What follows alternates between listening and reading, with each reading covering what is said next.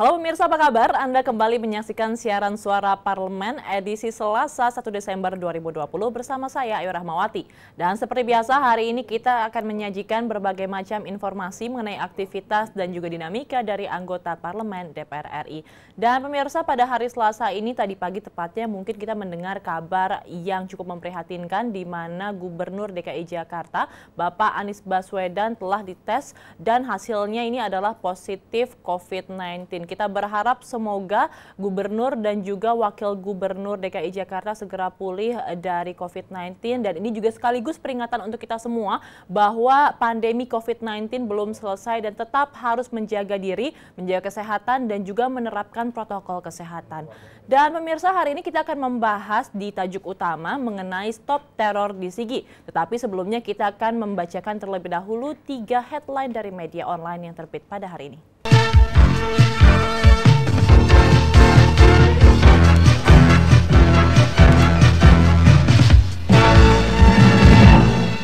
Pemirsa, berita pertama datang dari cnnindonesia.com. Satgas sebut 74% daerah pilkada beresiko COVID-19.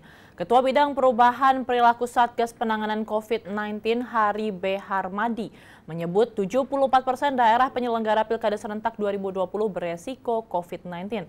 Sony menyampaikan dari 261 kabupaten kota yang ikut pilkada, ada 14 daerah memiliki resiko tinggi atau zona merah dan 180 beresiko sedang atau zona oranye. Sony menambahkan masih tersisa 9 hari lagi jelas pemungutan suara. Ia juga menyarankan agar penyelenggara pemilu menggencarkan sosialisasi agar semua pihak taat protokol kesehatan. Ia juga mewanti-wanti potensi pelanggaran protokol kesehatan dari beberapa hari ke depan. Beralih kepada berita yang kedua, pemirsa, datang dari media Indonesia.com. Utamakan keselamatan rakyat, Joko Widodo mengingatkan para kepala daerah untuk memegang penuh kendali di wilayah masing-masing terkait dengan penanganan COVID-19 dan pemulihan ekonomi daerah. Para kepala daerah kembali diingatkan untuk memberi perlindungan kepada warga mereka. Presiden menginstruksikan jajarannya untuk memberi perhatian ekstra bagi upaya penanganan di 2 wilayah, yaitu Jawa Tengah dan DKI Jakarta. Kedua wilayah tersebut mengalami peningkatan kasus beberapa waktu belakangan ini, di mana berdasarkan data Satgas Penanganan COVID-19 pada Minggu 29 November 2020 kemarin, terjadi penambahan 6.267 kasus COVID di seluruh wilayah. Jawa Tengah sendiri menyumbang 2.036 kasus dan Jakarta menyumbang 1.431 kasus. Pemirsa, kita beralih kepada berita yang ketiga, datang dari Tempo.com. Pakar imunisasi sebut rantai distribusi vaksin COVID-19 telah siap.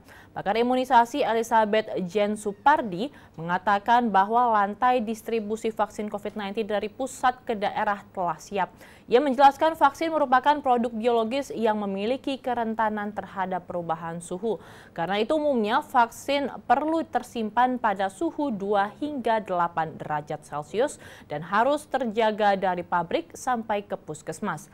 Menurut Elizabeth, Indonesia sudah memiliki pengalaman bertahun-tahun dalam melaksanakan program vaksinasi. Proses distribusi vaksin bisa dilakukan dari Aceh hingga Papua dan sudah menggunakan sistem cold chain yang baik hingga ke pelosok negeri. Ya, ini juga terkait dengan vaksin dari COVID-19 dikabarkan akan diproduksi massal dan didistribusikan pada pertengahan tahun depan. Kita berharap semoga ini menjadi titik terang dari pandemi COVID-19 yang pastinya sudah berlangsung selama 1 tahun kebelakangan ini. Dan pemirsa, setelah ini kita akan jeda sejenak terlebih dahulu. Nanti kita akan kembali lagi dan membahas tajuk hari ini mengenai stop teror di Sigi. Tetap bersama kami.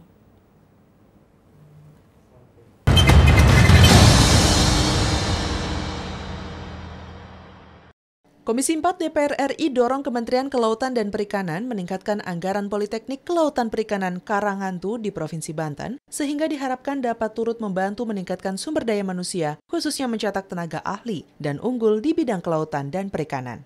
Ditemui usai pertemuan dengan Kepala Kampus Politeknik Kelautan dan Perikanan Karangantu dan jajaran terkait, Wakil Ketua Komisi 4 DPR RI Daniel Johan mengapresiasi Politeknik Kelautan Perikanan Karangantu yang telah mencetak banyak tenaga ahli dan unggul di bidang kelautan dan perikanan.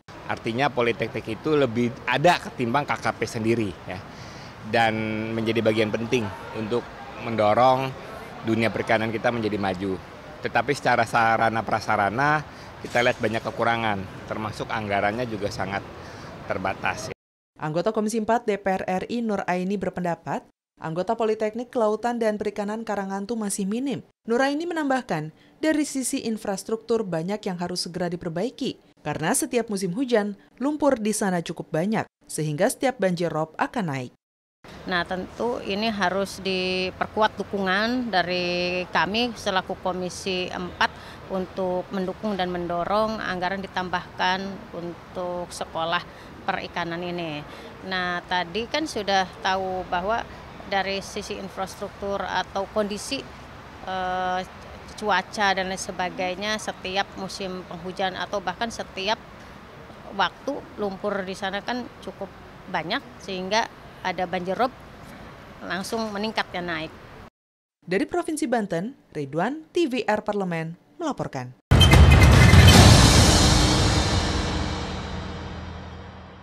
Satu keluarga di Desa Lembantongoa, Kecamatan Palolo, Kabupaten Sigi, Sulawesi Tengah, dibunuh oleh orang tidak dikenal yang diduga kelompok teroris Jaringan Mujahidin Indonesia Timur atau MIT yang dipimpin oleh Ali Kalora pada akhir November lalu.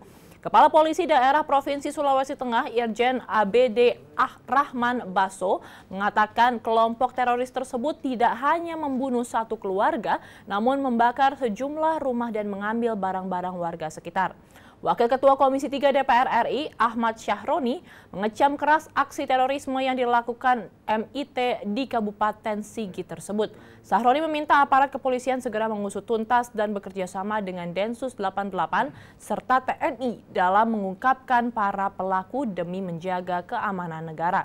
Anggota Komisi 1 DPR RI, Majen TNI Purnawirawan TB Hasanuddin menyampaikan keprihatinannya dan ini juga atas kasus tragedi pembunuhan yang menewaskan 4 orang tersebut.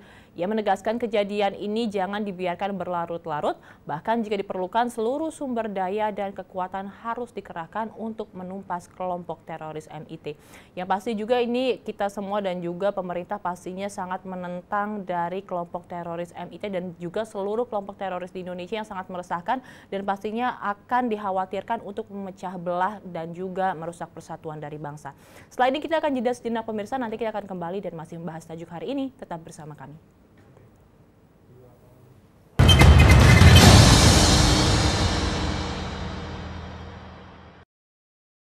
Untuk mengatasi disparitas kualitas pendidikan nasional, menciptakan visi pendidikan, serta mewujudkan pembangunan jangka panjang, Indonesia Emas tahun 2045, Komisi 10 menekankan pentingnya implementasi dari konsep peta jalan pendidikan nasional. Ditemui usai pertemuan tim panitia kerja peta jalan pendidikan Komisi 10 DPR RI di Kota Padang, Provinsi Sumatera Barat, Wakil Ketua Komisi 10 DPR RI, Hetifah Syaifuddin mengatakan masih terjadi kesenjangan kualitas pendidikan di sekolah-sekolah milik swasta maupun negara. Karena di swasta juga ada yang bagus-bagus sekali, gitu, yang kurang-kurang sekali.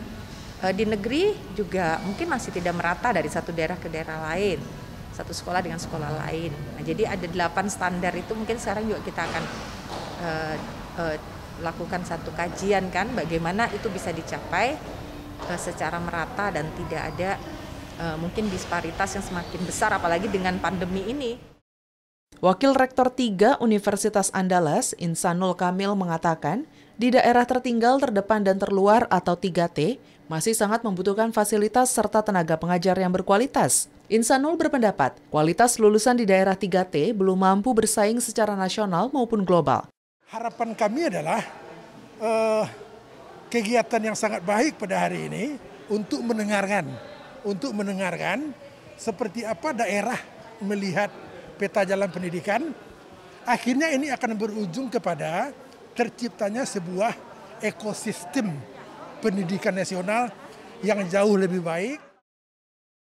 Dari Provinsi Sumatera Barat, Hilman Hidayat, TVR Parlemen, melaporkan.